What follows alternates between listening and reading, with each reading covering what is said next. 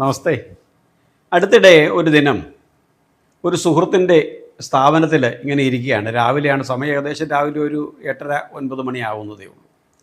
ഇങ്ങനെ അദ്ദേഹമായി സംസാരിച്ചു കൊണ്ടിരുന്നതിനിടയ്ക്ക് ഒരു വിദ്വാൻ, ഏകദേശം ഒരു 50-55 വയസ്സുണ്ടാവും, ഇദ്ദേഹം കയ്യിലൊരു സഞ്ചിയൊക്കെ ആയിട്ട് വന്നിട്ട് ഈ സുഹൃത്തായ കടയുടമയോട്, സ്ഥാപനത്തിൻ്റെ ഉടമയോട് ചോദിച്ചു, സാറേ, ഞാൻ ഈ ബാഗ് ഇവിടെ നിന്ന് വെക്കുന്നേ, വൈകിട്ട് വന്ന് എടുത്തോളാം.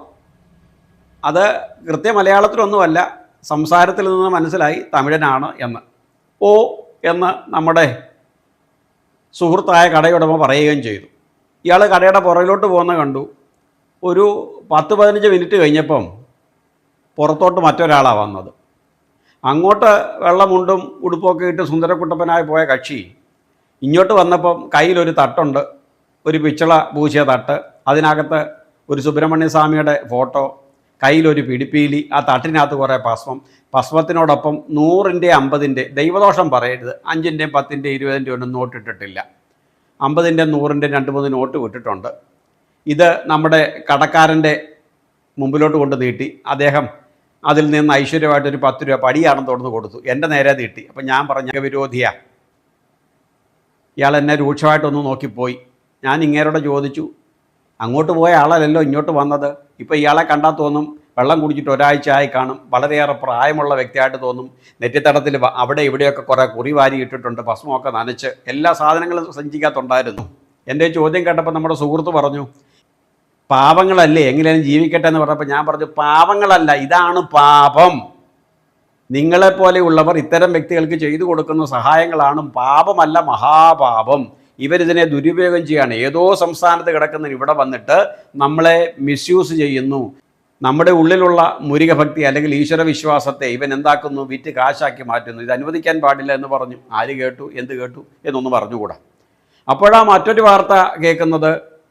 ഒരാഴ്ചയ്ക്ക് മുമ്പ് വീട്ടിൽ ഒരു ബംഗാളി വന്നു ആക്രി പെറുക്കാൻ.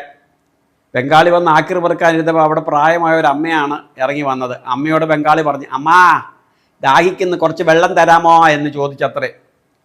അമ്മയ്ക്ക് അവൻ്റെ ചോദ്യം കേട്ടപ്പോഴേ സങ്കടം തോന്നി. ചില അമ്മമാരങ്ങനാണല്ലോ.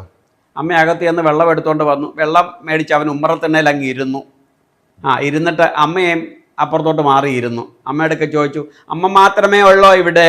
അപ്പോൾ അമ്മ പറഞ്ഞു, ഓ, ആരോട് പറയാനാ പോനെ, മിണ്ടാനും പറയാനും പോലും ആരുമില്ല, ഞാനുണ്ട്. ഇനി അവരൊക്കെ വരണം എന്നുണ്ടെങ്കിൽ പിള്ളേർ സ്കൂളിൽ നിന്ന് വരണം, മറ്റവർ ജോലി സ്ഥലത്തൊന്നും വരണം, വന്നെങ്കിലേ ഉള്ളൂ.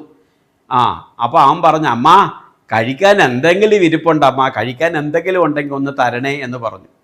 ഇവൻ്റെ ഈ പറച്ചിലും കുറേ നേരത്തെ സംസാരം കൊണ്ട് അമ്മയ്ക്ക് അവൻ മോന് തുല്യമൊക്കെ ആയി പോയി എന്ന് തോന്നി. ഏതായാലും മോൻ ഇവിടെ ഇരി കുഞ്ഞെന്നും പറഞ്ഞ് അമ്മ അകത്തോട്ട് പോയി. തൊട്ട് പുറകിന് അവരും ചെന്ന് അമ്മയുടെ കഴുത്തെ കിടക്കുന്ന മാല പൊട്ടിച്ചോണ്ട് പോവുകയും ചെയ്തു.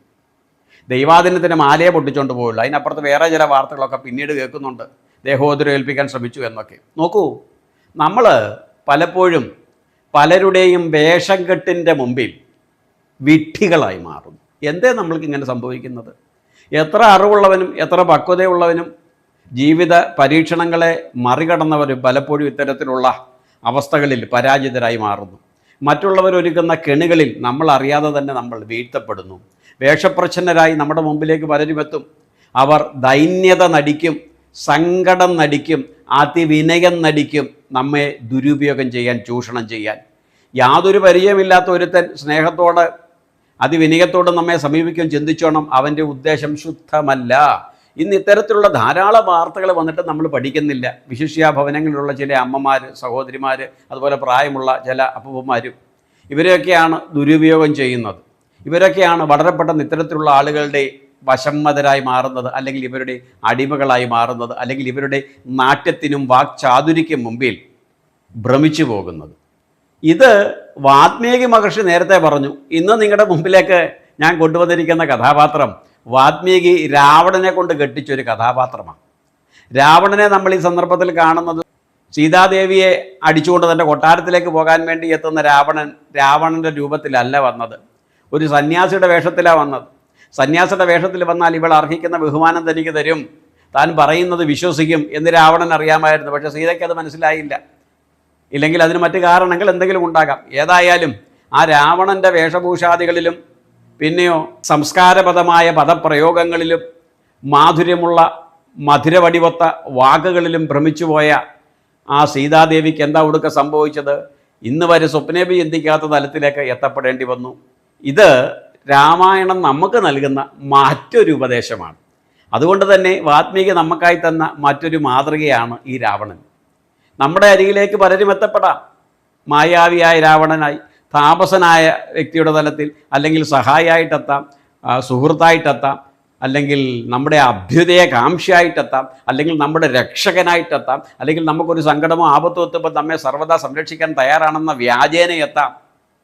അതുകൊണ്ട് ആര് എന്തിനു വേണ്ടി എത്തുമ്പോഴും എങ്ങനെയൊക്കെ എത്തുമ്പോഴും ഇവൻ ആരാണ്, ഇവൻ്റെ ഉദ്ദേശം എന്താണ്, ഇവൻ്റെ ഉദ്ദേശം ശുദ്ധമാണോ എന്നറിയാൻ അവനവൻ സ്വയം ഒന്ന് ശ്രമിച്ചില്ലെങ്കിൽ രാമനിൽ നിന്നും ലക്ഷ്മണനിൽ നിന്നും സീത എപ്രകാരമാണോ അകറ്റപ്പെട്ടത് അപ്രകാരം നമ്മുടെ കുടുംബത്തിൽ നിന്നും, മക്കളിൽ നിന്നും, ഭാര്യയിൽ നിന്നും, ഭർത്താവിൽ നിന്നും, അച്ഛനിൽ നിന്നും, അമ്മയിൽ നിന്നും നമ്മളൊക്കെ അകലപ്പെടും. സന്തതികളും അകലപ്പെടാം, അച്ഛൻ അമ്മമാരും അകപ്പെടാം, ഭാര്യയും അകപ്പെടാം, ഭർത്താവും അകപ്പെടാം. ആര് വേണമെങ്കിൽ ഇത്തരത്തിലുള്ള ചട്ടുകങ്ങളുടെ പിന്നിലേക്ക് എത്തപ്പെടാനുള്ള, ആരെ വേണമെങ്കിലും തൻ്റെ ഇരയാക്കി മാറ്റുവാൻ, വശമ്മതരാക്കി മാറ്റുവാൻ ആധുനിക ലോകത്തിൽ അളവറ്റ രീതിയിൽ ഇത്തരത്തിലുള്ള വേഷപ്രച്ഛന്നന്മാരായ രാവണന്മാർ വിരാജിക്കുമ്പോൾ, നിറഞ്ഞു നിൽക്കുമ്പോൾ വാൽമീകി രാമായണം നമ്മെ ഓർമ്മപ്പെടുത്തുന്നു. കർക്കടക മാസത്തെ മാത്രം വായിച്ചിട്ട് മടക്കി വെക്കല്ലേ. ഇതിലെ ഓരോ കഥാപാത്രങ്ങളും നമ്മുടെ ചുറ്റുപാടുമുള്ളവരാണ്, നമ്മൾ തന്നെ ആവാൻ സാധ്യതയുള്ളതാണ്. അതുകൊണ്ട് വളരെ ജാഗരൂകരാകണം. നമുക്കുള്ള മുൻകരുതലുകളാണ്, മുന്നറിയിപ്പുകളാണ് ഈ കൃതിയിലൂടെ തന്നത് എന്നൊന്നു മനസ്സിലാക്കിയാൽ ആ വാൽമീകി മഹർഷിയും സന്തുഷ്ടനാകും. അദ്ദേഹം തന്ന ദിവ്യമായ രാമായണവും ധന്യമാകും. അതിനുള്ള തലത്തിലേക്ക് നമ്മൾക്ക് ഏവർക്കും ഉയരാൻ കഴിയട്ടെ, ഐശ്വര്യം അനുഭവിക്കാൻ കഴിയട്ടെ എന്ന് ആദരപൂർവം പ്രാർത്ഥിച്ചുകൊണ്ട് മറ്റൊരു വിഷയവുമായി വീണ്ടും കണ്ടുമുട്ടുന്നത് വരെ അമൃതം ഗോപാലകൃഷ്ണൻ എന്ന ഈ എളിയവൻ്റെ ശതകോടി പ്രണാമം.